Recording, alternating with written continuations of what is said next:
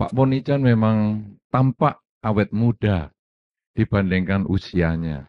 Ya, karena tadi kan beliau menyampaikan, wah saya kok nggak ada yang ngomongin. Oke lah, bagian saya sekarang saya omongin, Pak Ponican memang awet muda, luar biasa, mantap. Luar biasa. Ya. Nah, sudah. Jadi sudah awet muda ya. Nah, karena Pak Ponican ini juga setengah biku minimal potongannya. Sudah separuh loh.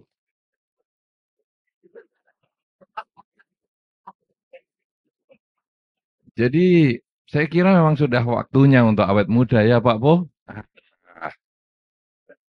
Para biku yang saya hormati, para suhu yang saya muliakan, juga para tamu undangan termasuk Romo Darwis ya, teman saya sejak masih di Jogja ya. Ini kan kita pernah bertemu di eh, pertemuan muda-mudi di Pacet waktu itu ya, waktu ada pembentukan majalah Manggala. Ya, kita pernah ketemu. Kemudian juga kepada tamu undangan yang lain khususnya, terutama tentu Pak Abdul Hakim dengan Ibu Megawati yang tadi sudah memberikan sambutan dengan baik sekali dan saudara-saudara semua yang hadir, baik yang dari Palembang maupun yang dari Jambi dan dari segala macam tempat.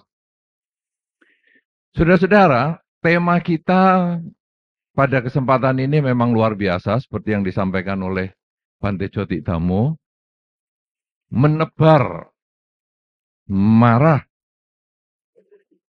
meredam meta. Betul ya? Betul. Lumayan, masih nyantol. Meredam marah, menebar meta. Kadang-kadang orang soalnya kelihatannya ya sudah mirip tadi ya, langsung iya aja, ngangguk-ngangguk aja, padahal dibalik ya. Nah, meredam marah. Tadi Bante Joti sudah mengatakan marah ini manusiawi. Dengan demikian saudara-saudara, karena kita manusia, ayo sering-sering marah. Karena kalau tidak marah bukan manusia loh. Siapa setuju? Tidak ada yang setuju Pak Bu. Bagaimana ini? Saudara-saudara, marah memang manusiawi. Tapi sebetulnya marah juga bukan hanya milik manusia. Hewan pun marah. Cuman saya tidak tahu hewan kalau marah, apakah 62 otot mukanya juga tertarik. Saya tidak tahu ini. Dan kalau hewan tersenyum, apakah 26 ototnya yang tertarik? Saya juga tidak tahu itu Pak Bo. Tolong nanti dibikin penyelidikannya ya. Sapi kalau marah, bagaimana ini? Sapi tersenyum, bisa bayangin sapi tersenyum? Saya saja tidak bisa bayangin tuh. Saudara-saudara, hewan pun bisa marah. Anda yang memelihara kucing, siapa di sini yang memelihara kucing? Tidak ada. Tidak ada. Saya maklum, saudara. Orang-orang yang datang ke Balirejo, tempat saya tinggal, itu ada yang pagi-pagi setelah kebaktian pagi, kemudian meditasi dan lain-lain, ada yang menyampaikan kepada saya begini, Bante, kemarin saya melihat anjing kecil, Bante. Ekornya panjang, gesit sekali, naik pohon. Anjing kecil, ekor panjang, naik pohon. Saya sampai tertarik sekali. Saya belum pernah melihat ada anjing bisa naik pohon. Kemudian saya tanya, di mana ya kamu lihatnya? Oh, di daerah sana, Bante, di daerah sini. Oh, bukan anjing. Apa yang Anda Pikirkan kalau kata-kata tadi, ini sungguh-sungguh terjadi nih. Tupai, nah itu. Saya tadi mau menyebut sebetulnya mungkin dulu yang mengatakan tuh orang Jambi. Kalau nggak salah. Tupai. Dia bisa mengatakan ada anjing kecil ekornya panjang naik ke pohon. Lalu saya mengatakan, oh manusia sekarang ini taunya binatang itu dari Animal Planet. Sudah tidak melihat binatang yang sesungguhnya. Karena itu saudara, kucing pun mungkin kita tuh hanya lihat di televisi. Tidak pernah tahu bahwa kucing itu pun bisa marah. Sayangnya Anda tidak punya kucing ini tadi. Saya tanya lagi siapa yang memelihara kucing. Karena kalau enggak nggak bisa membuktikan. Sungguh kan memang nggak ada. Ya, baguslah. Saudara-saudara, kucing, saya ceritain saja ya. Kalau gitu saya ceritain dan Anda membayangkan. Tahu bentuknya kucing? Jangan menganggap kucing adalah Doraemon. Walaupun Doraemon termasuk robot kucing. Ya. Nah, kucing itu kalau mempunyai anak, kemudian anak itu Anda ganggu, Anda singgol-singgol, atau Anda pegang lehernya, kemudian Anda angkat, kucing itu pun akan marah. Ternyata kucing bisa marah. Siapa pernah melihat ayam yang hidup, bukan ayam goreng, atau bulunya yang namanya kemucing?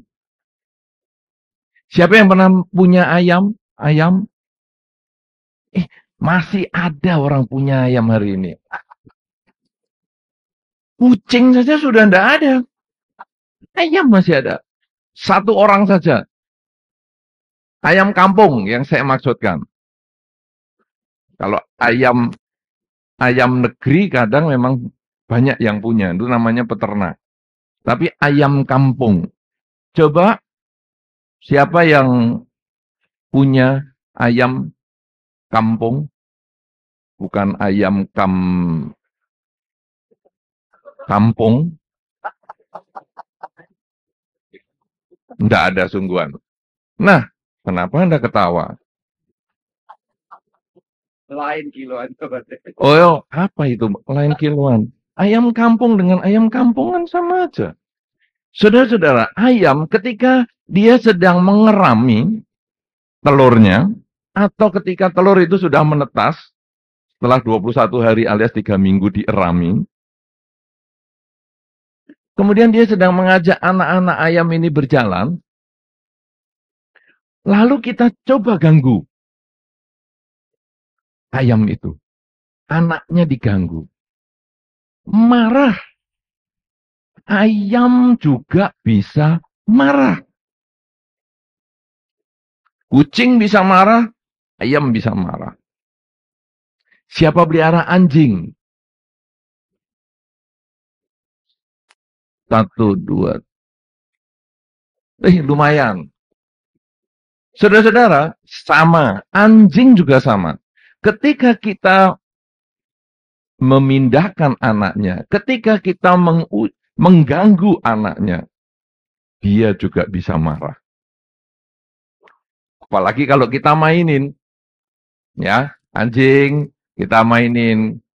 Anda yang punya anjing nanti boleh coba di rumah. Anjing itu kalau dipegang, apa sih ini namanya, pinggangnya, itu ada gelinya loh.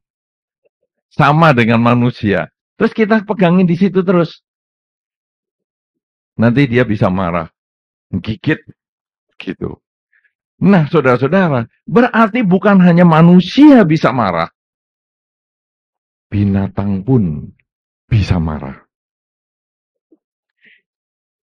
Kalau begitu sekarang, apa perlu acara ini kita selenggarakan? Karena marah itu berarti alamiah. Bukan manusiawi lagi. Alamiah. Jadi selesai dong.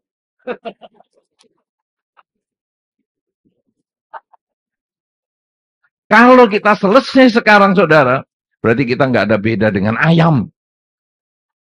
Nggak ada beda dengan kucing. Nggak ada beda dengan itu dia. Dengan anjing pun nggak ada beda. Kenapa? Karena manusia dengan binatang perbedaannya adalah kalau binatang mau marah-marah, mau gigit-gigit, mau cakar-cakar.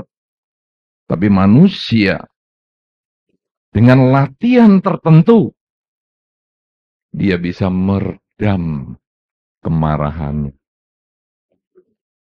Bukan hanya meredam kemarahan.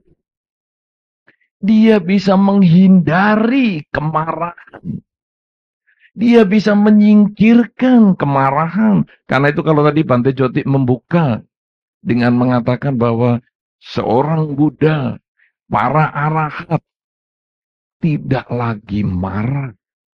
Berarti bukan hanya meredam, tapi bisa menyingkirkan, bisa menghindari.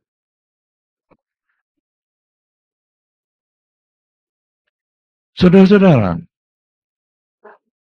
kalau kita masih melihat contoh-contoh itu, ada binatang bisa marah. Kita bisa marah nggak? Kita bisa marah nggak? Kalau tadi binatang penyebabnya salah satu contoh adalah anaknya diganggu. Kemudian kalau anaknya diganggu, kalau anjing kadang anak diganggu tidak marah. Kadang beberapa tadi yang punya anjing mungkin protes. Wah, anjing saya anak diganggu, diam-diam aja. Buktinya malah saya jualin anjingnya. Ini bunyi-bunyi, daripada nanti Anda marah, saya coba ganti aja.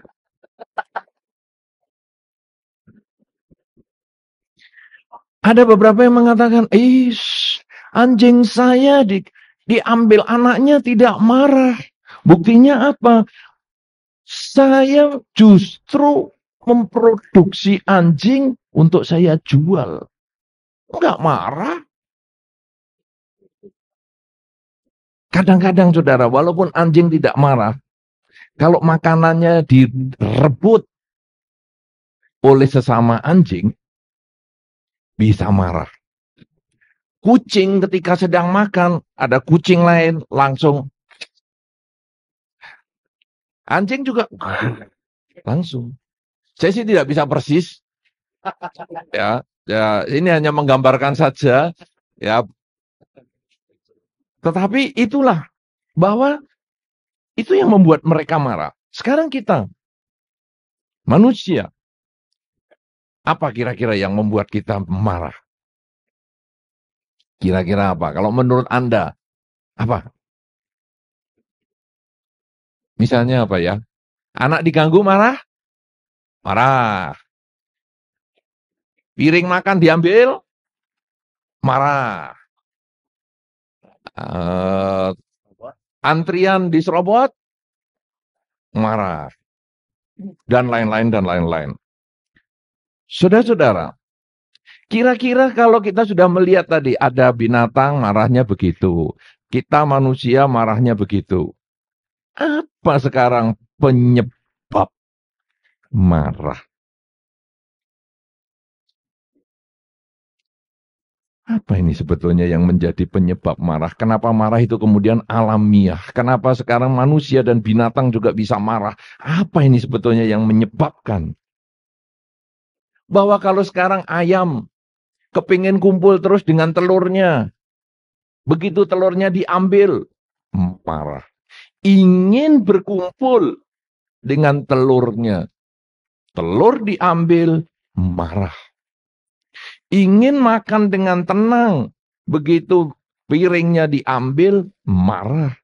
Ingin tenang di dalam rumah dengan keluarga. Diganggu tetangga yang nyetel radio dengan kenceng, marah.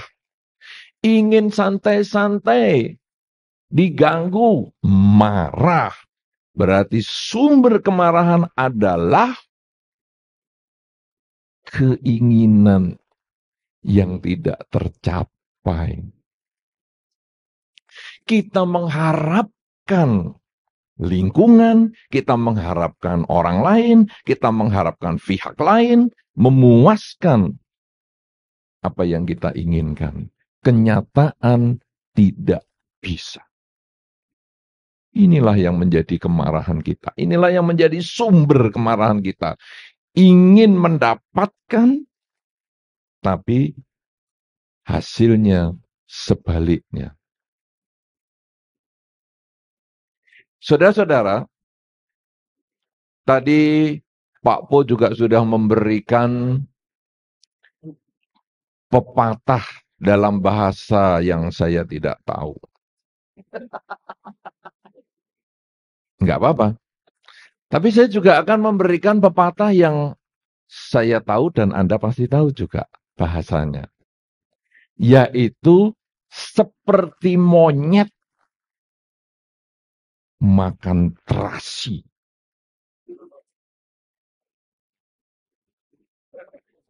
Pernah dengar pepatah ini?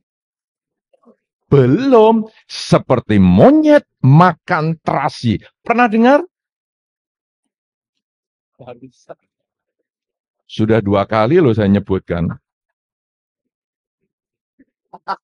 Seperti monyet makan terasi. 3 kali. Sudah pernah dengar? Nah, pintar. Tepuk tangan untuk Anda semua. Pintar. Apa maknanya ini, saudara? Saudara yang pelihara monyet, ada yang pelihara monyet? Yang siom monyet banyak. Yang siom monyet ada, sebelah saya nih termasuk.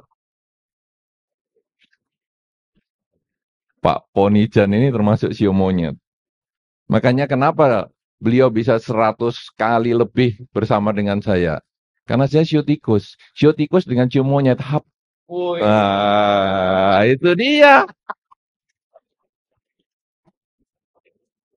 Nah, saudara-saudara, monyet itu diceritakan, seperti monyet makan terasi itu sebetulnya adalah manusia yang stres. Itu untuk menggambarkan manusia yang stres. Jadi monyet itu, kalau Anda punya monyet sungguhan, boleh Anda coba, tapi kasihan. Monyet ini kalau pegang terasi bahasa sini sama ya, belacan. Ya, belacan. Seperti monyet pegang belacan, taruh terasi. Dia kalau sudah pegang, itu bau sekali. Terasi kan bau kan? Bau. Dia sampai stres. Dia, ini tangannya dihancurkan. Tidak tahu cuci tangan kan monyet jadi, rusak tangannya. Dia saking stresnya. Kenapa saudara demikian? Monyet ini ada kemarahan. Kenapa sesuatu yang tidak enak ini nempel pada diri saya? Ini cerita yang kebalikan. Kalau tadi ayam manusia marah tadi adalah karena apa yang diinginkan tidak tercapai. Tapi sekarang seperti monyet makan belacan ini, apa yang didapat adalah yang diinginkan. Jadi yang saya dapatkan bukan saya yang inginkan, jadi akhirnya dibuang-buang. Saudara-saudara, ada dalam cerita rumah tangga, atau ada beberapa wanita kan bertanya pada saya, Bante, hidup ini bagaimana ya Bante? Kalau saya diberi 2 pilihan untuk mendapatkan pasangan hidup, enak yang mencintai atau enak yang dicintai? Mana yang mau saya pilih Bante? Saya dicintain orang atau saya lebih baik mencintai dia? Kalau pertanyaan ini diberikan kepada Anda, siapa yang setuju memilih orang yang mencintai Anda? 5 orang. 6 orang. Siapa yang setuju kalau Anda memilih orang yang mencintai Anda? Ojo. Sama ya? Oke. Pinter. Tepuk tangan untuk Anda. Pinter. Wah, ini sudah semakin sulit dijebak, berarti perhatiannya sudah oke. Siapa yang senang memilih kalau Anda dicintai? Tetap, ya. Siapa yang memilih kalau saya mencintai? Jadi, si A, saya mencintai si A, maka saya memilih dia. Siapa yang setuju dengan itu? Yang lain berarti sak dapatnya. Mau mencintai, tidak mencintai, terserah. Pokoknya ada, hajar, seruduk. Hei, payah, payah, payah, payah. Saudara-saudara, beberapa wanita itu mengatakan begini, kalau saya Bante, saya lebih senang kalau dicintai. Kalau mencintai itu sakit hati, Bante. Saya sudah terlanjur mencintai dia, dia lari sama orang lain.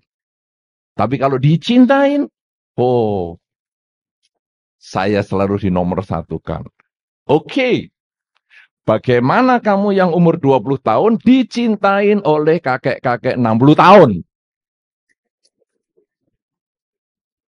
Wah ya saya nggak mau, Bante, saya nggak mau. Itulah monyet makan terasi. Dapat terasinya.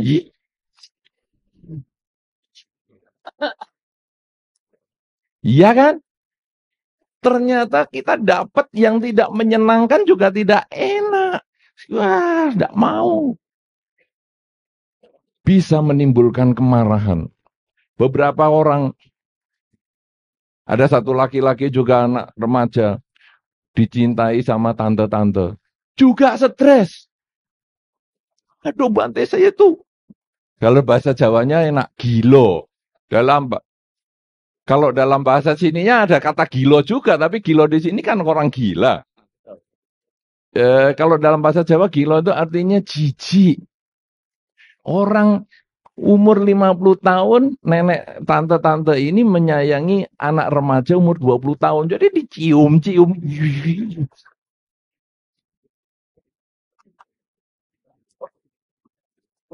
Makanya Anda hati-hati ya, sudah 50 tahun. Jangan mudah nyium-nyium remaja. Wah, tidak enak sekali. Nah, saudara-saudara, ini mendapat sesuatu yang tidak menyenangkan. Akhirnya dia marah juga. Jadi ternyata sumber kemarahan itu ada dua hal. Satu, yang diinginkan tidak didapat. Ingin tenang, ingin bahagia, lewat. Sumber ketenangan, sumber kebahagiaan diambil lewat. Yang kedua, mendapatkan yang bukan diinginkan. Itu juga menimbulkan kejengkelan. Cocok? Sepakat? Setuju? Sumber kemarahan ini cocok ya? Oke. Kita lanjut sekarang. Jadi akhirnya karena hidup kita ini apa yang kita inginkan sering tidak tercapai, apa yang dicapai itu bukan yang kita inginkan, akhirnya kemarahan itu datang terus-menerus. Dan seperti yang tadi Pak Ponijan sampaikan, kemarahan itu membuat memang otot muka kita itu berubah. Muka kita kalau marah, saudara pernah marah di depan cermin? Pernah. Pernah marah di depan cermin? Belum. Kapan-kapan kalau marah, keluarkan cermin. Lihat wajah Anda sendiri kalau marah. Ngeri sekali. Saya belum pernah ada orang marah. Aduh, bagaimana kamu kelakuannya? Baik sekali. Hampir saya tidak pernah lihat itu. Bagaimana ini? Muka ini dilipat semua. Yang menurut Pak Po tadi harus digosok itu. Jarak kedua alis didekatkan, mata ditajamkan, bibir dimonyongkan.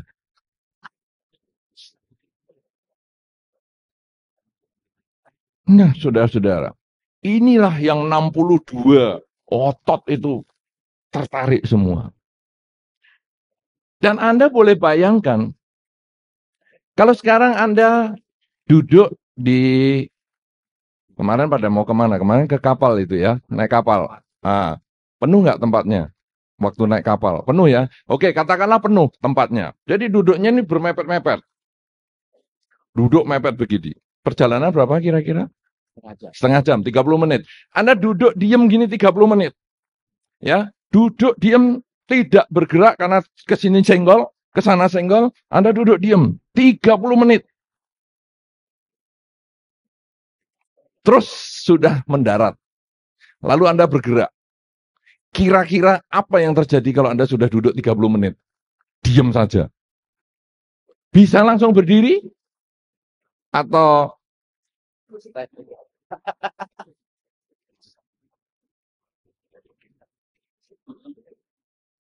ya, betul? Itu otot besar Anda begitu. Sekarang, otot kecil di muka Anda. Marah. Bibir dimonyongin, alis dilepetkan, 30 menit. Welek tenang. Loh, orang marah itu ada yang tidak habis-habis loh. 30 menit bisa marah-marah terus. 1 jam bisa marah-marah terus. Enggak berhenti-berhenti. Apa yang terjadi, saudara?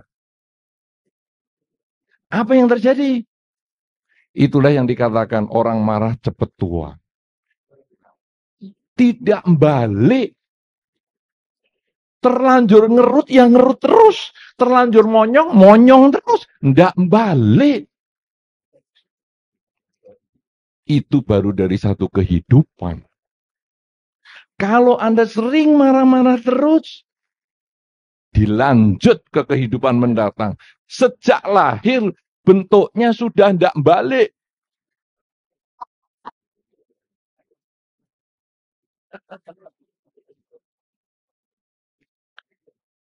Anda tentu pernah berkunjung ke bayi yang baru lahir. Pernah lihat bayi yang modelnya baru lahir saja sudah seperti orang marah? Pernah lihat toh? Ya, mukanya sudah gini, kuning. Pernah lihat? Dan nanti begitu besar, mungkin menjadi teman Anda, mungkin jadi pasangan hidup Anda, atau siapapun juga. Kemudian Anda mengatakan, kamu itu loh, gak usah marah-marah. Diem aja, mukamu sudah kayak orang marah. Sudah menakutkan. Diem aja sudah menakutkan. Gak usah marah kamu. Pernah toh? Ada yang seperti itu toh yang Anda temui? Itu karena kebiasaan marah sejak kehidupan lampaunya. Jadi sudah terbawa sehingga casingnya sudah mendukung kemarahan.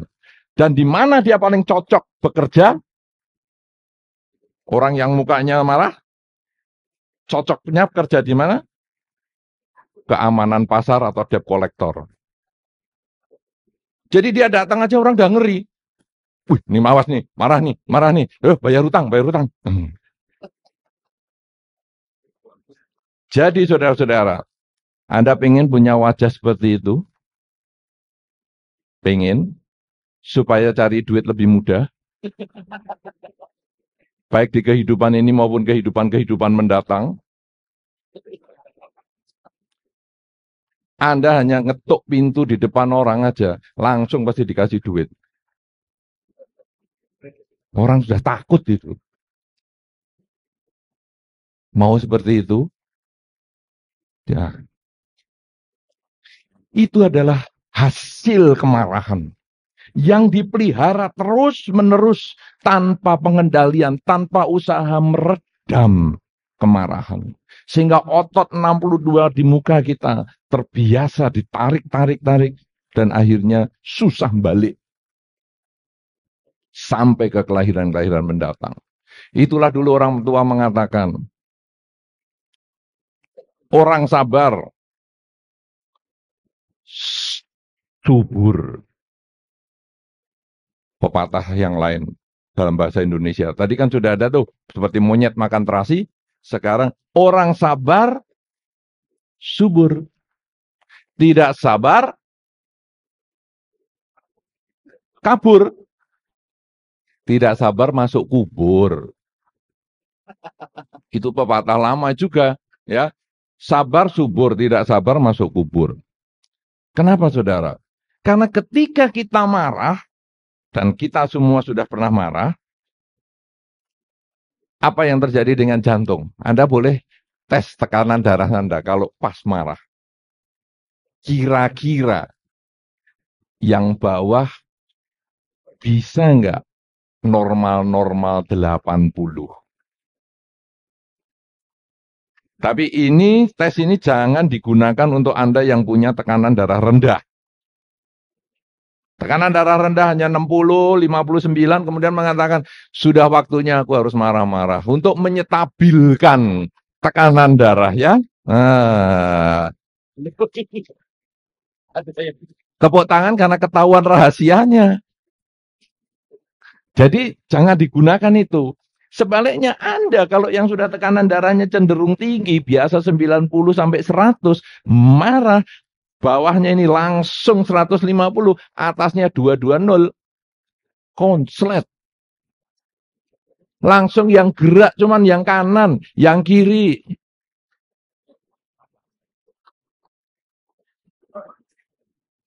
Alias stroke. Ngeri sekali saudara. Begitu kita malah tekanan darah kita langsung naik. Bukan hanya otot muka yang berubah. Tekanan darah kita naik. Belum lagi kemudian nanti gula darahnya meningkat. Dan lain sebagainya. Sangat banyak akibat kemarahan itu. Membuat kita tidak sehat. Orang tua mengatakan, sabar subur, tidak sabar masuk kubur. Sering marah-marah, biasanya umurnya tidak panjang. Jadi kalau Anda sudah bosan dengan kehidupan, bosan dengan empek-empek, tetap jangan marah-marah. Karena kalau marah-marah, Anda lebih cepat meninggalkan kehidupan ini terlahir di alam lain. Alam apa yang suka marah-marah?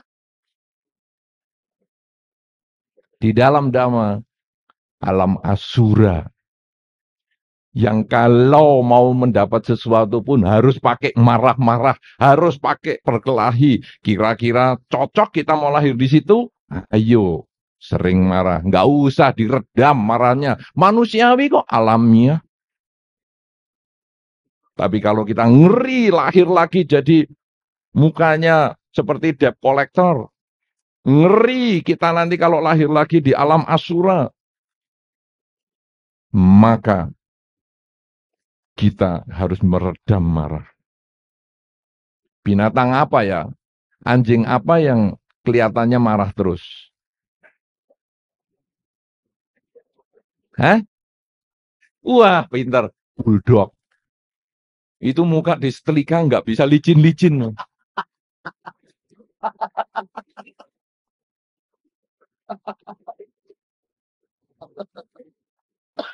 Ngeri sekali, saudara. Nah, karena itu, saudara, marah sebabnya adalah keinginan yang tidak tercapai atau mendapat bukan yang diinginkan.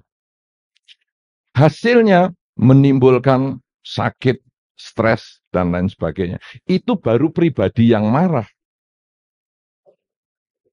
Pribadi yang marah ini, ada sebagian di antara kita ini punya konsep yang luar biasa. Entah Anda juga punya konsep gitu atau tidak.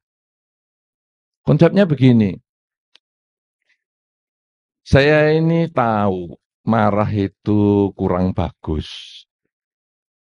Tapi kalau saya marah itu kemudian saya ledakkan. Saya temukan korban saya, sasaran saya tuh lega. Terus pikiran itu ringan.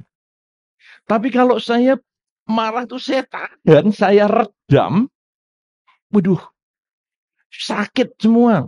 Depan sakit, atas sakit, belakang sakit.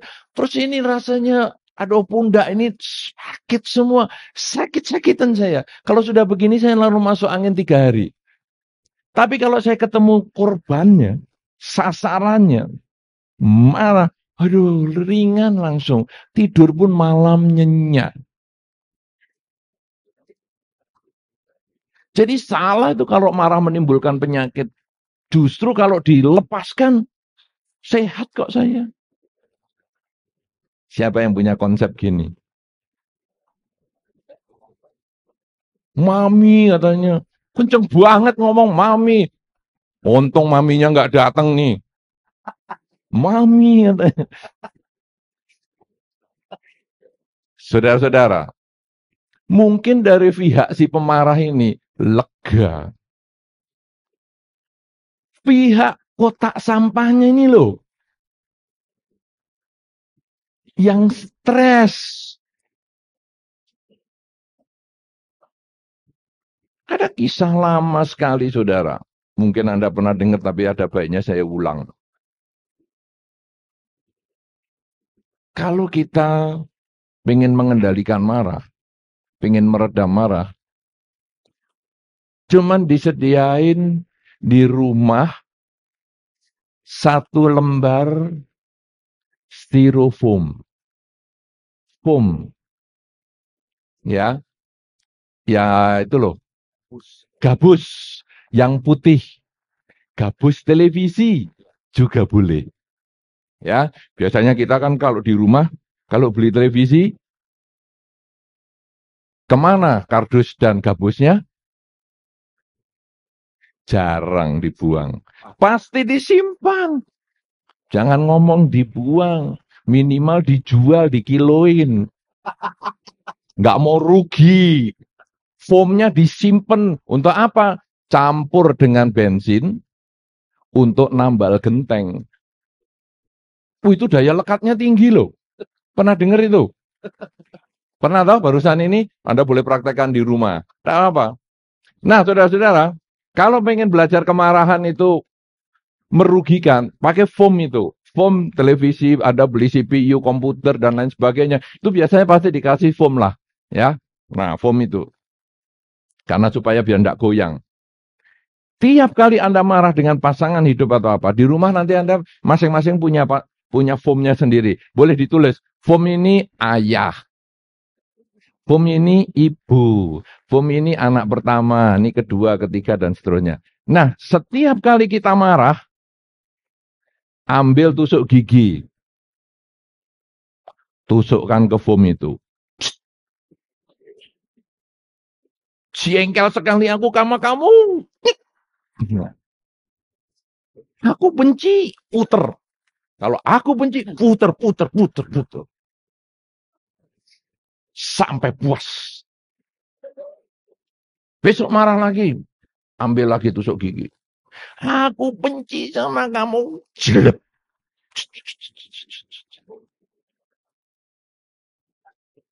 Besok marah lagi. Jelek.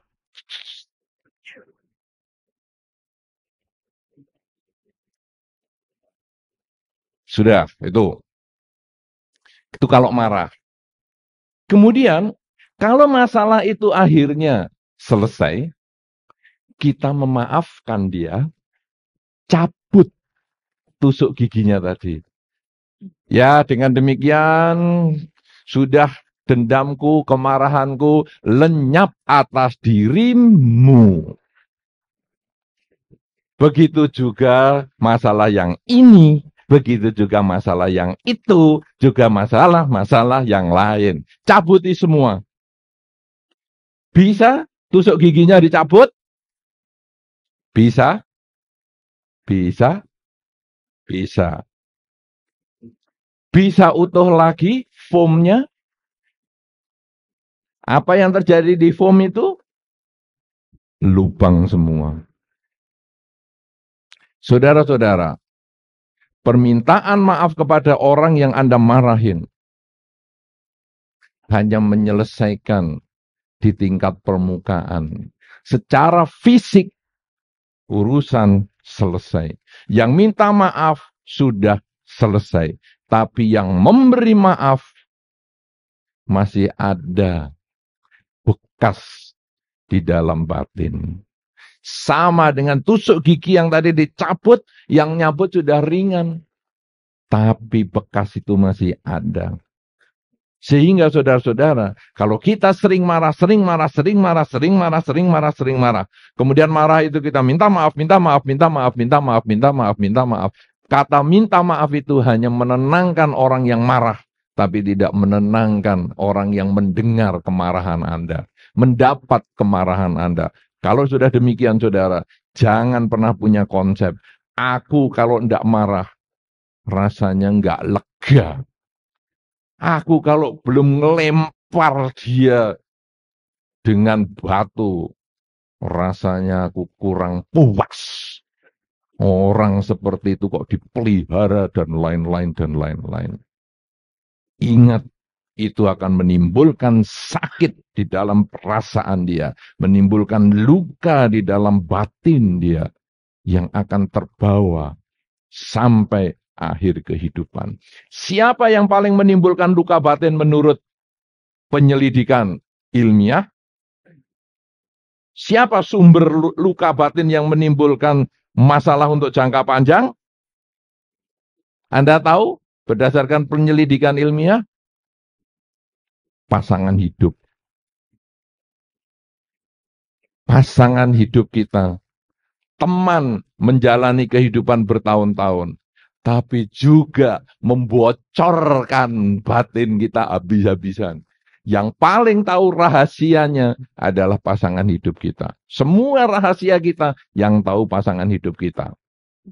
Misalnya, acara begini rapi-rapi itu semua. Kemudian datang bersama pasangan hidupnya. Hei, kamu ini rapi-rapi, wangi-wangi. Tidur aja. Ingus keluar, air liur keluar. Lihat itu, bantalmu baunya aja kayak gitu. Aku nyentuh aja sampai jijik semua. Gini aja pergi ke pertemuan gini wangi-wangi. Langsung jelek. Jelek. Dan itu diingat seumur-umur hidupnya. Awas kamu yang menghina saya. Saya pernah ketemu dengan satu suhu. Suhu di sini bukan artinya mereka yang berjubah kuning. Tapi suhu itu paranormal maksud saya. Nah, kemudian suhu ini mengatakan gini, Bante, orang-orang dari luar kota itu tanya sama saya, kalau rumahnya mereka masalah Hong Shui bagaimana, dan rumah tangga cekcok bagaimana, itu semua orang dari luar kota datang ngantri-ngantri di rumah saya. Tapi cilakanya Bante, istri saya ini. Saya tidak menunjuk ini. Loh, karena tadi mengatakan ini kan kursi pengantin. Saya agak, aduh. Memangnya pengantin apa ini? Nah. Istri saya ini, Bante.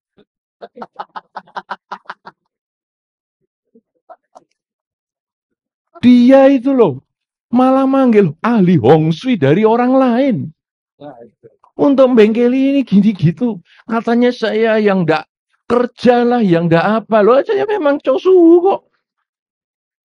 Katanya enggak kerja terus dia panggil ahli Hong Shui katanya. Langsung istrinya ngomong apa? Wah, Bante, orang kayak gitu aja dipercaya. Walah, orang itu ngomong tok itu bahasa Jawa. Orang itu hanya ngomong saja. Wah, aslinya dia itu bodoh, Bante. Dia langsung ngomong suaminya yang disanjung-sanjung sama orang banyak itu yang diantri-antri. Bodoh itu, Bante. Seorang itu. Lah kok yang ngantri banyak? Yang ngantri juga bodoh-bodoh itu. Suaminya langsung stres. Langsung saya merenung. Inilah pasangan hidup memang sumber stres nomor 1 ini. Karena dia tahu persis kejelekan kita. Dan pada saatnya dia bisa keluarkan kata-kata yang menyakitkan. Ada laki-laki pakai berlian. Cincin berlian. Gelangnya juga berlian. Satu ketika, Bante, ini bagus nggak Bante berlian ini? Besar Bante. Belum selesai ngomong bagusnya bagaimana, istrinya langsung ngomong, itu yang belikan mama saya Bante. Oh, duitnya moro tua. Bahasa Jawa lagi. Oh, ini uangnya moro tua. Orang uangnya mertua ini. Oh, ternyata laki numpang hidup. Langsung jelek. Dah enggak ngomong lagi, langsung berliannya dibalik. Dulunya, Saudara-saudara, karena itu Anda dengan pasangan hidup Anda jaga baik-baik. Nanti ada tahap ini menebarkan meta ini. Sungguh-sungguh saudara, karena yang Anda miliki sesungguhnya hanyalah pasangan hidup Anda. Orang tua Anda ikut memang dengan Anda, atau orang tua Anda bersama dengan Anda, tapi sebetulnya terbatas sekali. Pada saatnya mereka akan terlahir kembali. Tapi pasangan hidup itu yang akan mengantar kita sampai akhir kehidupan. Sampai di pembaringan yang terakhir sebelum kita berangkat ke alam lain. Karena itu Anda harus menyayangi pasangan hidup. Jangan Anda jadikan pasangan hidup Anda itu korban kemarahan Anda. Jangan jadikan pasangan hidup itu sampahnya, kotak sampah kemarahan Anda. Anda ngomel-ngomel di kantor nggak berani karena takut di demo karyawan. Kemudian ini istriku, kesempatan. Atau ini suamiku, kesempatan. Karena beberapa suami juga takut istri kan. Jadi ini kesempatan. Daripada aku di kantor di demo orang. Ini kan pasangan hidup. Diomelin bagaimanapun juga tidak akan pergi. Hajar terus. Ya.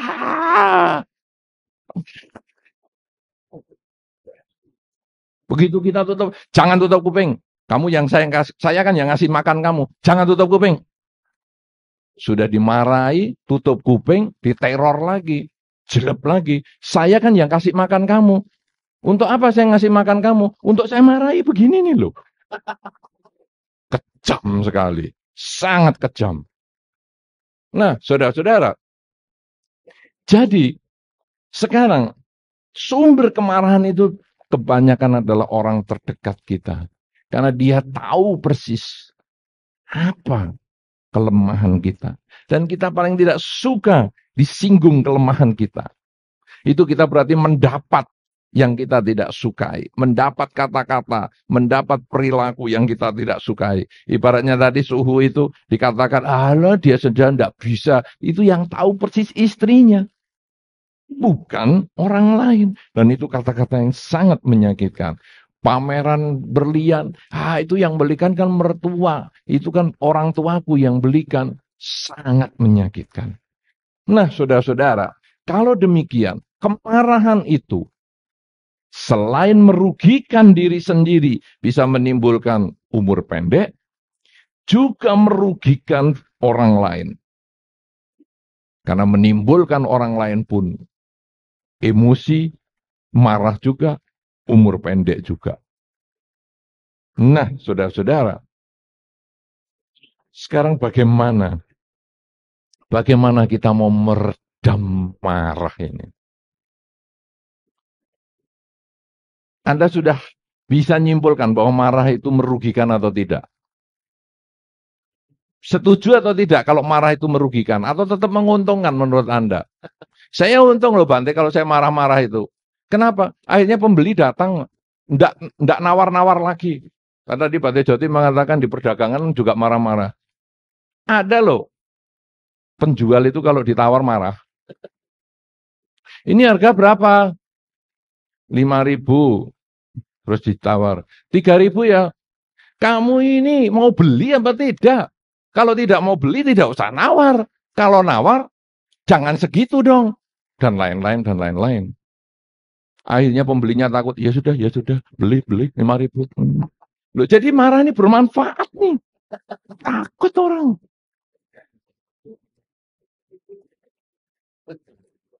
Kira-kira Anda sepakat nggak?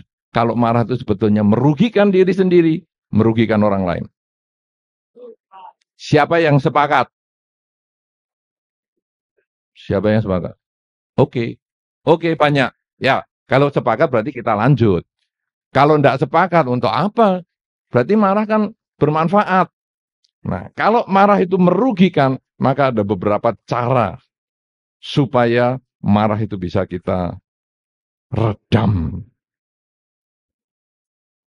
Saudara-saudara, kita tahu tadi sumber kemarahan adalah keinginan kita yang tidak tercapai atau kita mendapat yang bukan kita inginkan. Kalau demikian, saudara,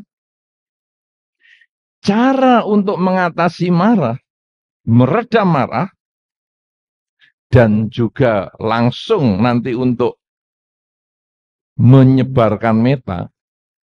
Saya tadi terinspirasi dengan kata-kata dari MC kita, saudara Sandy. Mana ini Sandy? Sudah jalan-jalan makan malam? Oh, masih ada. Ya, saya terinspirasi dengan kata-kata saudara Sandy, yaitu ada 4M di situ. Meredam marah, mengembangkan, menyebar meta. 4M tadi dibahas saudara Sandy dengan apa tadi? Mematikan handphone lah dan lain-lain. Ya, masih ingat ya? Masih ingat. Saya juga akan kasih 4M ini. Biar sama, biar nanti Anda lalu pulang, 4M. Wih, saya akan ingat-ingat. Kenapa? Karena kita suka marah. Kita pernah marah. Maka kita harus berubah. Dan kalau kita mau berubah, kita harus ingat apa yang disampaikan pada kesempatan ini, supaya nanti di kehidupan sehari-hari itu kita latih. Karena kemarahan itu tidak bisa berubah dalam waktu 1-2 menit, begitu dijelaskan langsung hilang. Kemarahan itu harus dilatih sedikit demi sedikit, sampai akhirnya dia lenyap. Ada 4M yang kita bisa lakukan untuk mengendalikan meredam marah. Nomor 1, saudara, M yang pertama adalah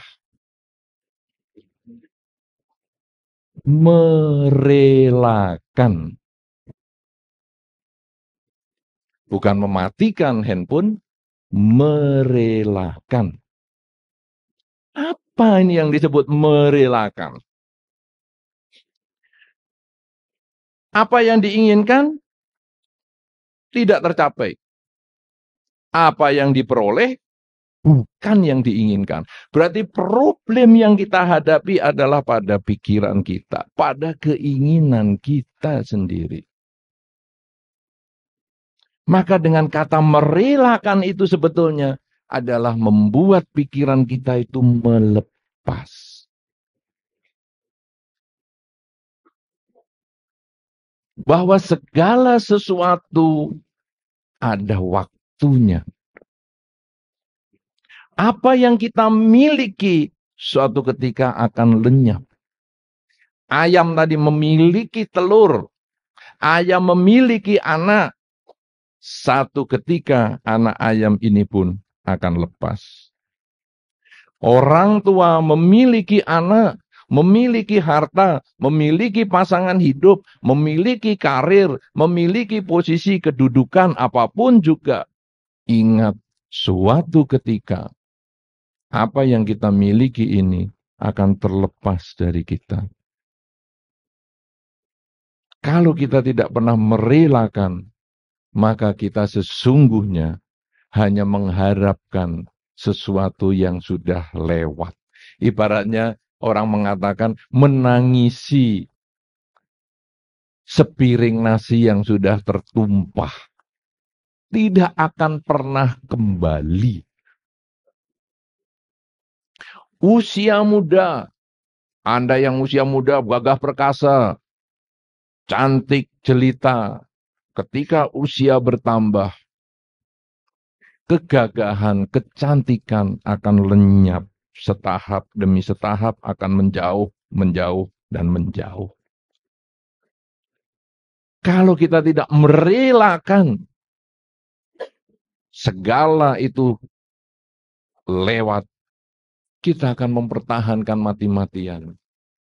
Orang yang khawatir kehilangan kegagahannya, maka dia walaupun sudah umurnya bertambah, masih bergaya seperti anak muda. Ada satu pengalaman di satu kota. Saya melihat sendiri orangnya sudah punya cucu. Laki-laki sudah punya cucu. Masih giwangan. Kemudian pakai kaos kutungan. Iya, ya you can see tapi ini laki. Nah, ya. Jadi kaosnya pendek gini. Kemudian ditato-tato. Rambutnya gondrong, dikuncir, disemir merah. Saya ngomong, kenapa kamu? Itu loh, lihat cucumu itu sudah sekolah kelas 1 SD. Biar saja Bante, walaupun kakek-kakek kan harus tetap modern. Jangan jadi kakek-kakek loyo, lemah, nggak punya semangat. Nih, gagah. Saya lihat, ayah. Tato apa itu? Ini tato pedang, Bante. Pedang kok kayak belati. Oh, dibuka gini, Bante. Oh, kalau dibuka jadi pedang. Kalau dilepaskan, belati. Oh, sudah kisut semua. Apanya pedang? Gitu pakai kaos bukaan lagi. Sombong bang. Lah yang ini apa ini? Kok I love India? Bukan Bante. Kalau dibuka, Indonesia. Tapi kalau ditutup, India. Kisut. Gitu aja loh. Tato gaya-gaya. Kenapa tidak melepas dengan usianya yang sudah uzur? Sudah bercucu. Kenapa tidak melepas? Ini yang menimbulkan stres. Dia bisa marah dengan diri sendiri. Saudara-saudara, kadang kita tidak sadar diri loh. Kalau kita sudah tua. Kadang kita tidak sadar. Kalau Anda mau tahu umur Anda sudah tambah berapa, lihatlah anak-anak. Anak-anak lihat saja. Anak-anak yang dulu Anda lahirkan misalnya. Dulu masih di bayi gendong-gendong. Sekarang sudah kuliah, sekarang sudah lulus. S1, S2 ataupun berapa saja S-nya. Umurnya itu sudah segitu. Berarti usia kita sudah tambah segitu. Sudahkah kita berubah? Sudahkah kita mau menerima kenyataan? Mau melepas? Kalau kita mau melepas, hidup kita tenang. Tapi kalau kita tidak mau melepas, stres terus, marah terus. Kenapa ya sekarang aku kalau lihat sudah tidak jelas lagi? Kenapa aku sekarang kalau dengar sudah susah ya? Kenapa aku kalau jalan sebentar aja kalau sudah sakit-sakitan semua? Oh, sudah uzur. Lupa bahwa kita apa yang kita peroleh satu ketika hilang. Merelakan. Sebaliknya, yang kita dapatkan bukan yang kita inginkan. Dapat menantu di luar perkiraan. Baik wajah maupun usia. Usianya, menantuku ini kok hampir sama tuh usianya dengan papa dan mamahnya. Stres loh saudara. Stres.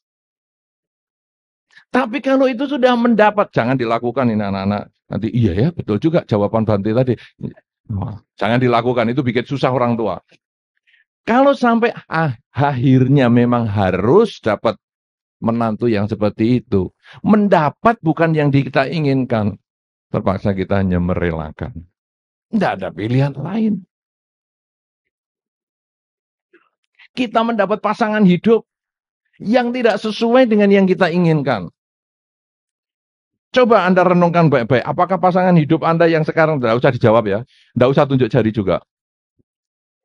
Apakah pasangan hidup yang Anda dapatkan yang sekarang adalah yang dulu Anda pinginkan? Tidak usah dijawab. Luka batin. Buka batin. Kadang-kadang jawabnya, sebetulnya saya itu dulu mau sama kakaknya. Tapi kakaknya, aduh, sudah disamber orang lain. Ya sudah, tidak ada yang lain, terpaksa adiknya aja lah. Karena dengan dapat adiknya kan masih tetap bisa memandang kakaknya. Untung kalau itu jawabnya. Kalau aku dulu maunya sih sama papahnya. Tapi nggak bisa, ya yang punya mobil kan papahnya. Tapi nggak bisa karena papahnya sudah ada mamanya, terpaksa sama anaknya. Tapi kan tetap naik mobilnya dia juga. Parah banget ini.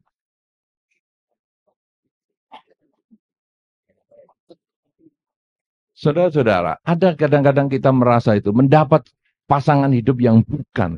Kadang-kadang aku tuh dulu senang sama si A, senang sama si B, senang sama si C. Lah kok akhirnya loh dapat si kambing ini.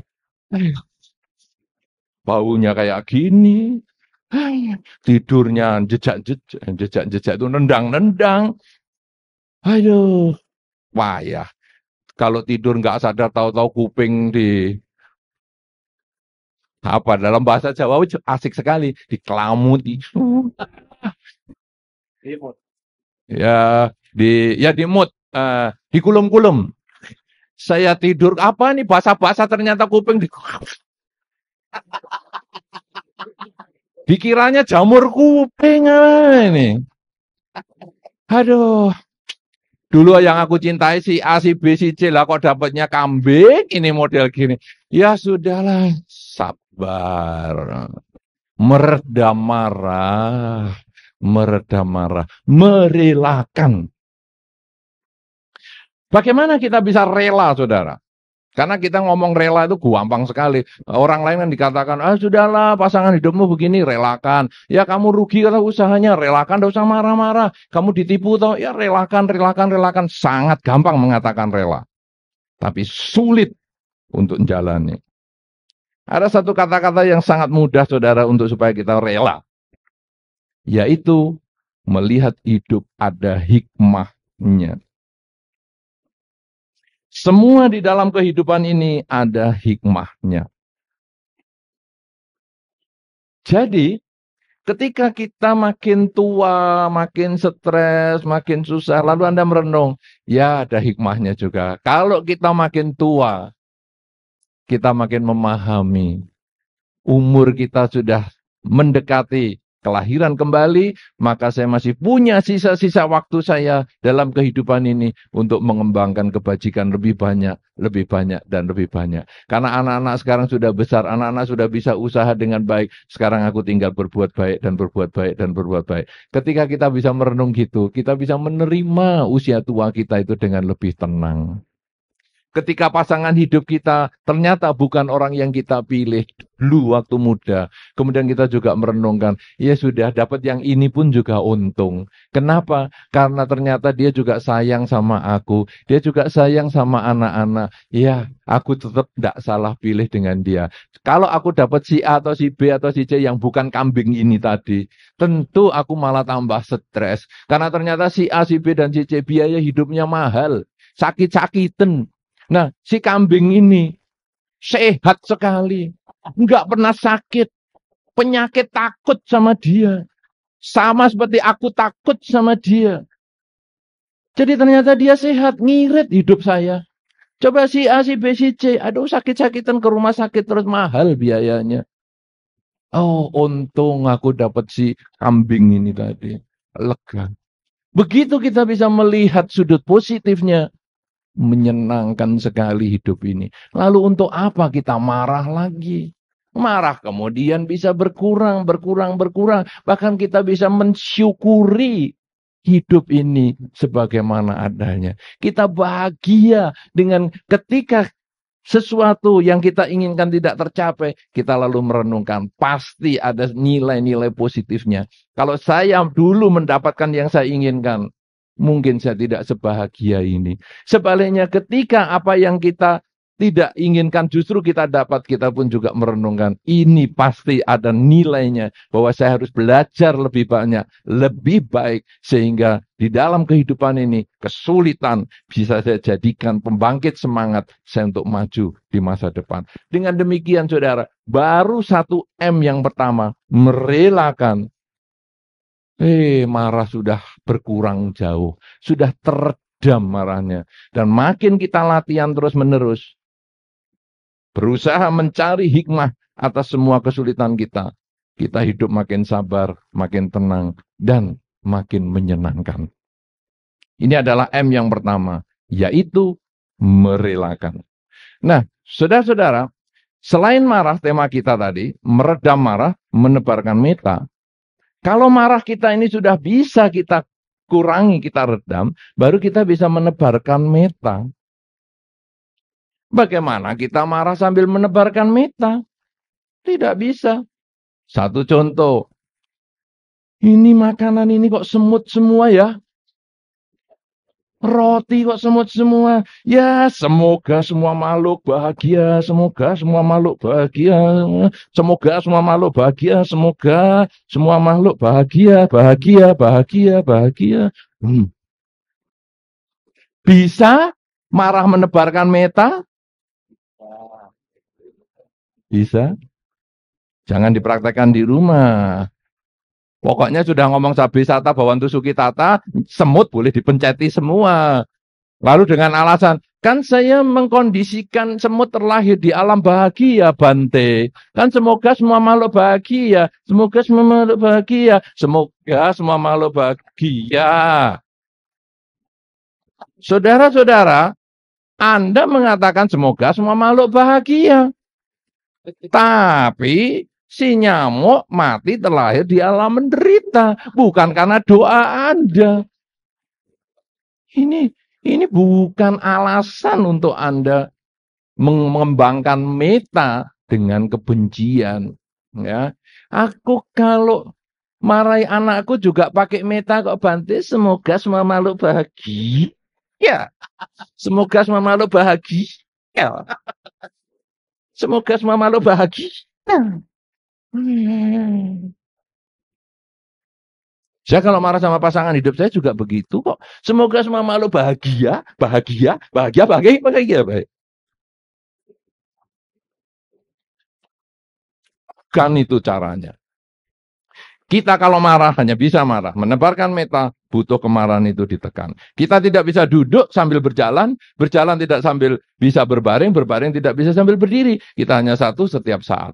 Demikian pula ketika kita sedang tidak marah, baru kita bisa memancarkan meta. Ketika M yang pertama melepas, merelakan, baru kita bisa mengembangkan meta. Nah, kalau demikian, M yang kedua inilah kita mulai praktek memancarkan meta, mengembangkan meta, menebarkan meta. M yang kedua ini adalah mengucapkan kata-kata yang baik. Saudara-saudara, meta, cinta kasih, salah satunya adalah diwujudkan dari kata-kata yang positif. Tidak bisa mengatakan, saya meta, saya penuh cinta kasih ketika saya memaki dia. Kata-kata yang manis, kata-kata yang penuh kasih sayang, kata-kata yang mendukung, kata-kata yang memberikan semangat, itu adalah salah satu ciri khas cinta kasih. Sama seperti seorang ibu. Tadi Thomas Alva Edison diceritakan oleh Romo Ponijan. Saya sering memanggil beliau juga Romo Ponijan. Ya, karena beliau ini memang Romo loh. Ya. Nah. Saudara, Thomas Alva Edison itu di sekolah sebetulnya, kalau tadi Pak Po mengatakan, Romo Ponijan mengatakan Thomas Alva Edison tidak selesai sekolah. Tapi sebetulnya dia dikeluarkan dari sekolah. Sekolah sudah angkat tangan, tidak bisa mendidik anak itu. Terlalu tidak bisa ngikuti pelajaran sekolah. Dikasih pelajaran A nggak ngerti, dikasih pelajaran B nggak ngerti, semuanya nggak ngerti. Akhirnya sekolah mengatakan, panggil mamahnya. Lalu mamanya datang ke sekolah, maaf Bu, anak ibu si Edison ini. Kan Edison. Dulu ada loh orang Palembang namanya Edison ya. Yang mana ya Edison? Si Edison ini enggak bisa dididik di sini.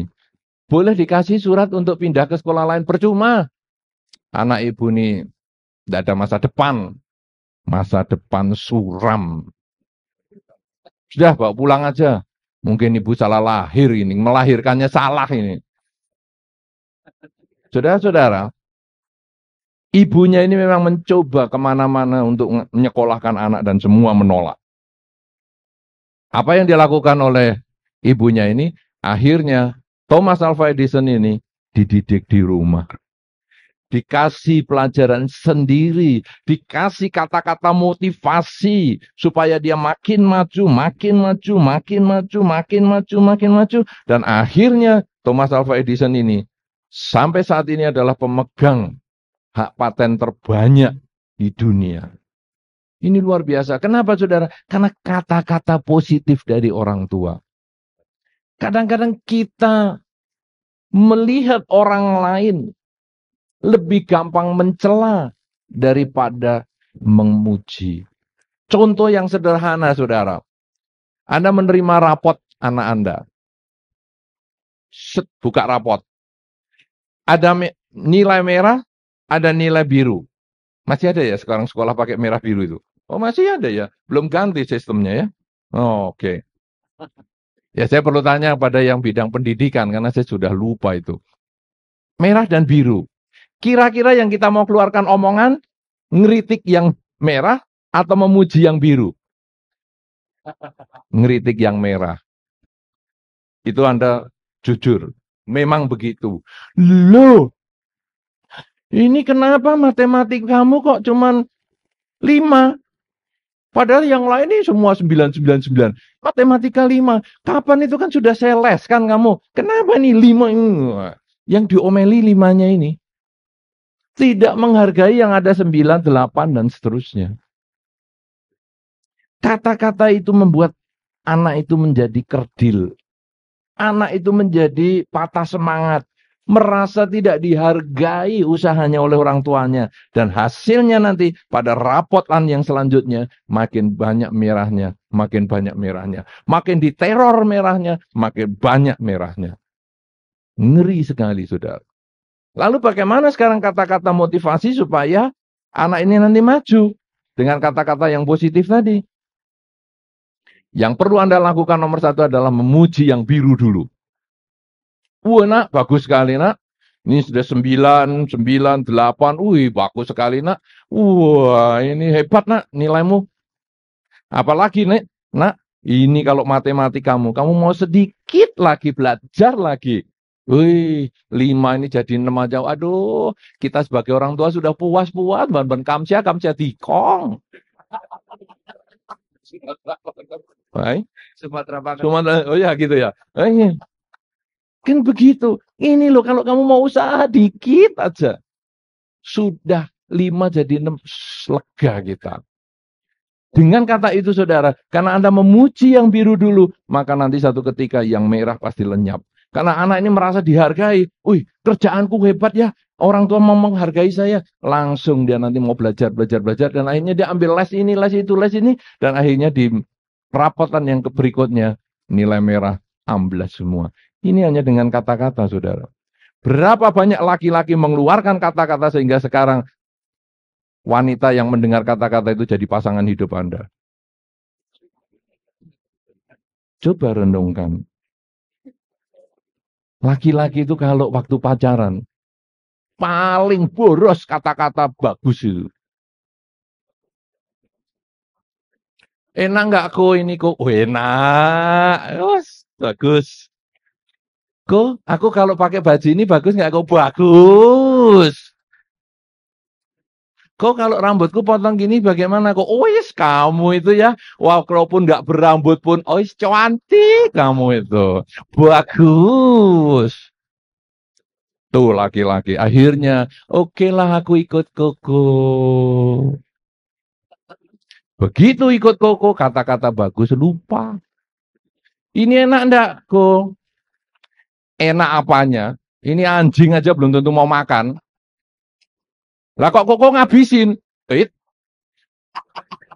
Anjing aja belum tentu makan. Lah Koko kok ngabisin? Salah. Maksudnya nggak mau makan yang banyak. Ko, ini kalau pakai baju ini bagus nggak, Ko? Badan kalau sudah segong, mau pakai baju apa saja, nggak ada yang lihat. Kok kamu dulu kok mau sama aku, Ko? Salah pilih. Katarak di waktu muda. Ko, rambutku bagus nggak, Ko? Rambut ubanan aja rewel. Saudara-saudara, ingat, kata-kata itu jelek, jelek, jelek. Dan tadi sudah dikatakan, sumber stres adalah pasangan hidup. Saudara-saudara, kalau pasangan hidup Anda, para wanita, masih sering tanya, Ko, aku cantik nggak, Ko? Itu berarti dia masih belum hilang kepercayaan kepada Anda. Para wanita, boleh renungkan kebenaran kata-kata saya ini. Saya adalah pengamat yang baik. Walaupun bukan praktisi itu.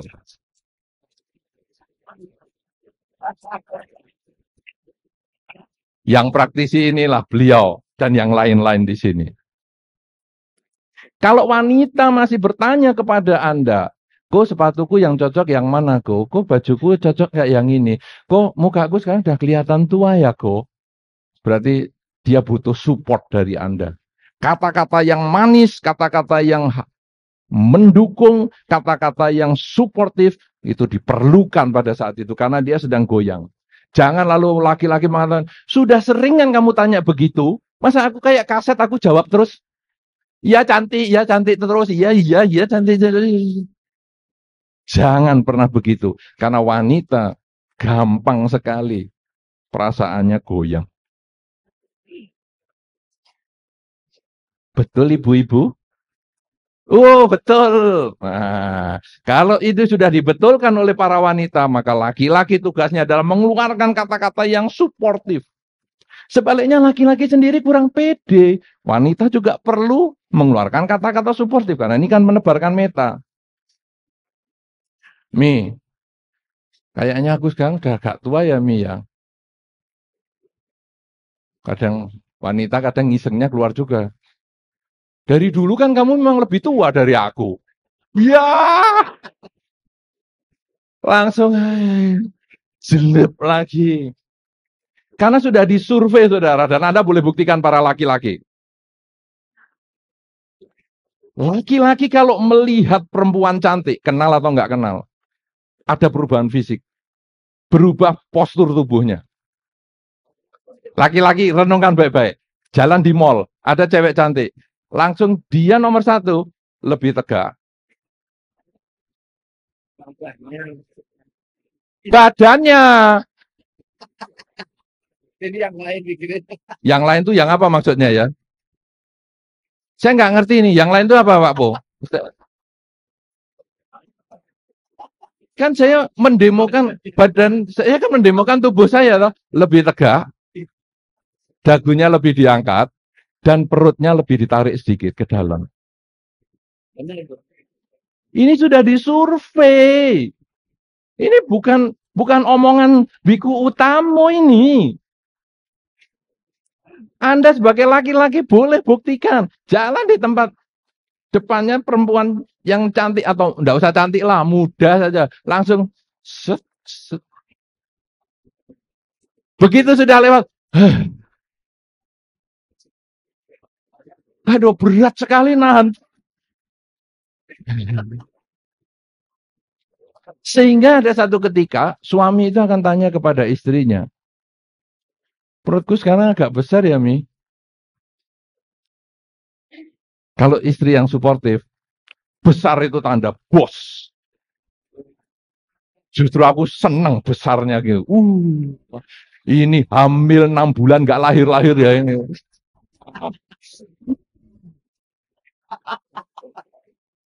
Hamil 6 bulan 11 tahun. Tapi bukan karena perut besarnya ini. Aku senang sama kamu itu karena secara keseluruhan. Jadi biarlah perut besar enggak apa-apa, kamu kayak buas sudah oke lah. Kata-kata yang suportif itu membuat laki-laki lebih percaya diri dan makannya lebih banyak sampai perutnya lebih gede lagi. Hancur lagi. Sampai akhirnya ibu-ibu, aduh salah lagi nih ngomong gimana ya. Kalau mau kritik, keluarkan pujian dulu. Kok bagus kok, sebetulnya perut besar ini bagus. Cuman kalau kita jalan bareng, kita agak aneh kok. Karena sepertinya yang hamil kok kebalik kok. Coba kalau Koko mungkin ikut fitness sedikit, senam sedikit, mungkin lebih bagus loh kok, lebih ramping. Dengan kata-kata itu langsung suami oke. Langsung nge-gym dia. Dan itu enggak apa-apa. Jadi kata-kata yang bagus, mengeluarkan kata-kata, mengucapkan kata-kata yang positif penting sekali. Jadi nomor 1 tadi, M yang pertama apa? Merelakan. M yang kedua, maki-maki. Maki-maki. Mengucapkan kata-kata yang positif, yang baik. Nah, M yang ketiga adalah untuk perwujudan penebaran meta. M yang ketiga adalah melakukan tindakan yang bermanfaat untuk orang yang kita sayangi maupun kepada lingkungan. Karena meta bukan hanya kepada pasangan hidup saja, tapi juga kepada lingkungan kita. Tindakan yang bermanfaat. Kalau dicontohkan lagi, pasangan hidup. Tindakan yang bermanfaat kalau laki-laki pacaran bisa. Ayo Mi, mau kemana? Mau ke pasar, tak anter. Nah.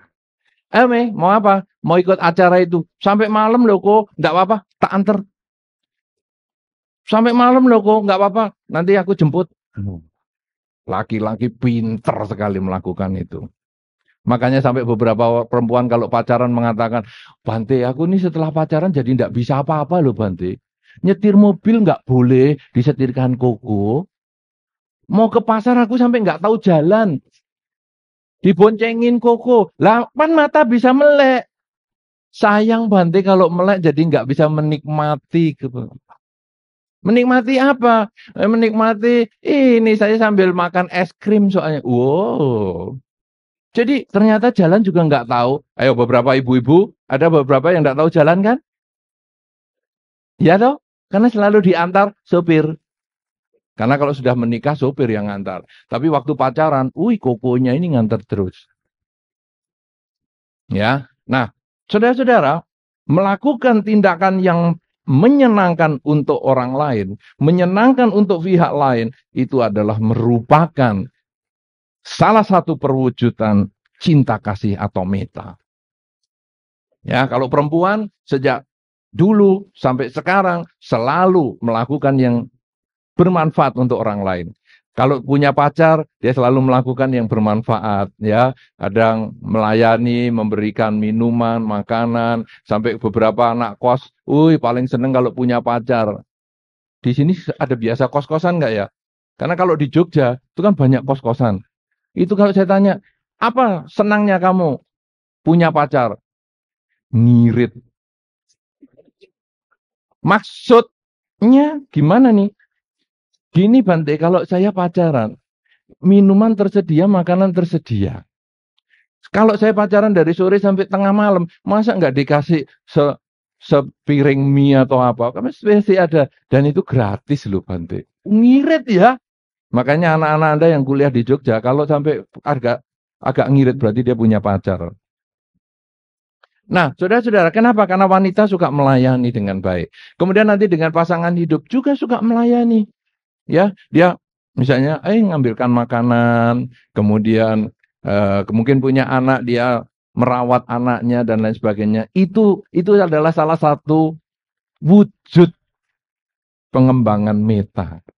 Nah, kalau pria, karena tadi sudah pernah waktu pacaran bisa, maka lanjutkan di kehidupan sehari-hari. Jangan cuman kalau belum punya pacar saja. Kalau belum nembak, wah dia masih menggunakan kata-kata yang bagus dan perilaku yang bermanfaat. Tapi kalau sudah ketembak kena, wah akhirnya sudah, kamu mau kemana? Ngikut acara Damatok, sopir aja sudah sana.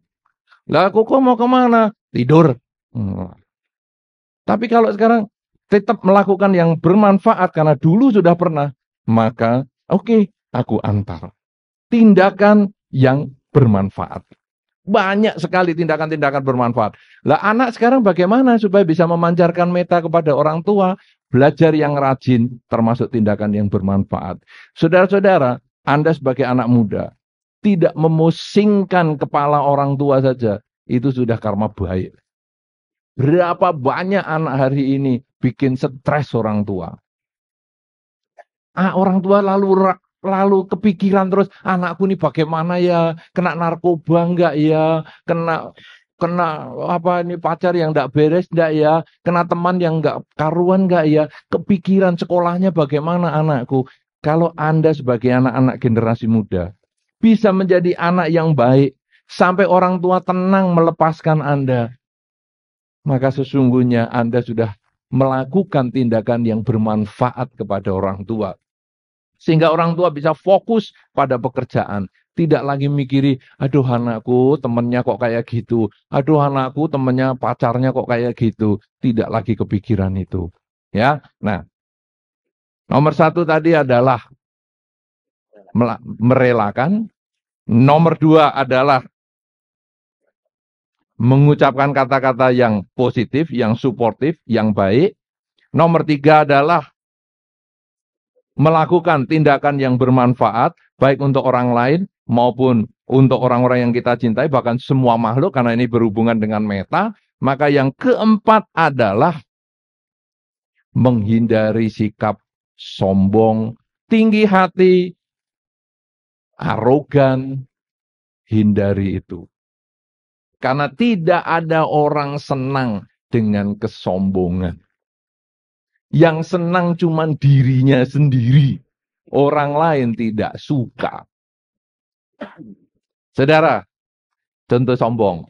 Misalnya kita punya berlian besar. Kemudian kita cerita, aku beli berlian loh ini. 3 karat. Bersertifikat.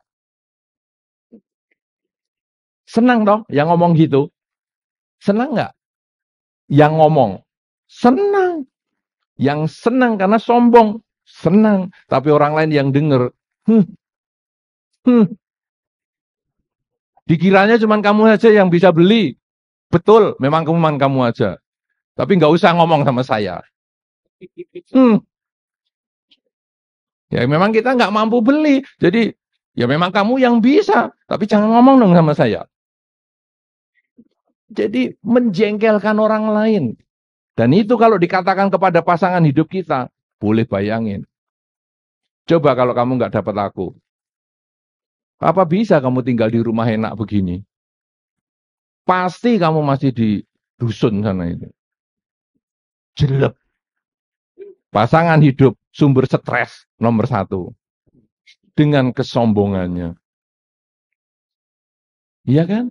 Akhirnya pasangan hidupnya juga mengatakan, dikiranya cuma kamu yang bisa punya duit. Itu kan duitnya mertua, orang tuaku juga. Jelek lagi. Akhirnya suami istri jelek. Lalu jadi apa rumah tangga kalau sudah begitu? Anak juga sama. Ya. Mama ini, papa ini, nggak ngerti. Aku ini kan kuliah tinggi. Papa mama mana sekolah dulu? Jelek. Kesombongan, hanya membahagiakan diri sendiri, menyedihkan, menjengkelkan orang lain. Tapi sebaliknya orang tua akan langsung menjawab, "Nak, kamu bisa sekolah tinggi, nak. Itu karena keringetnya orang yang sekolah rendah ini.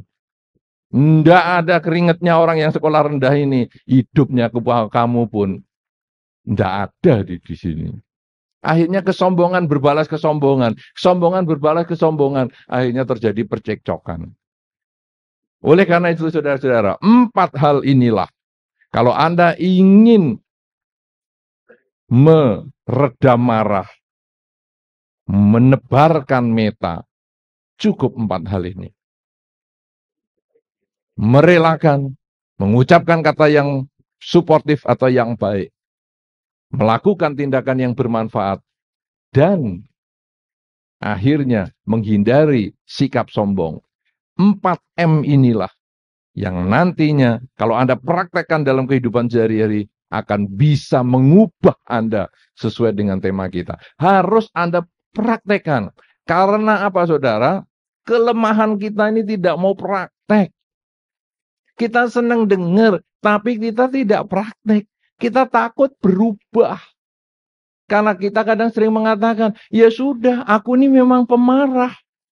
Dari dulu aku pemarah. Kalau nanti aku sudah bisa meredam marah, bukan aku lagi.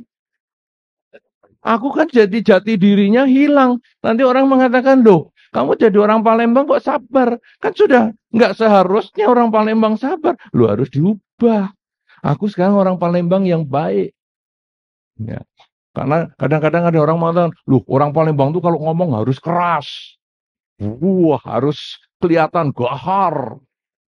Enggaklah, kita boleh berubah menjadi sabar. Sehingga kalau ada satu orang Palembang yang menjadi sabar dan bisa menjadi contoh untuk orang Palembang yang lain, termasuk orang Jambi juga, dan orang-orang dari tempat-tempat yang lain juga, maka akan ada 2 orang yang sabar. 2 kalau dijadikan contoh, bisa ada 3, 4, 5, dan seterusnya. Dan akhirnya akan ada masyarakat Palembang, Jambi, dan Sumatera, dan di mana saja akan menjadi orang yang sabar, orang yang bisa meredam marah. Ya, makanya harus kita praktekkan sungguh-sungguh sampai akhirnya sedikit demi sedikit kita bisa berubah, dan pertemuan malam hari ini menjadi titik awal kita untuk berlatih, untuk berubah, dan kita lihat di tahun-tahun mendatang, semoga di tahun-tahun mendatang, mungkin di Imlek yang ketiga atau keempat, kan ini masih dalam suasana Imlek, mudah-mudahan dalam Imlek yang kedua atau ketiga, Anda sudah mampu meredam marah, menebar meta. Terima kasih.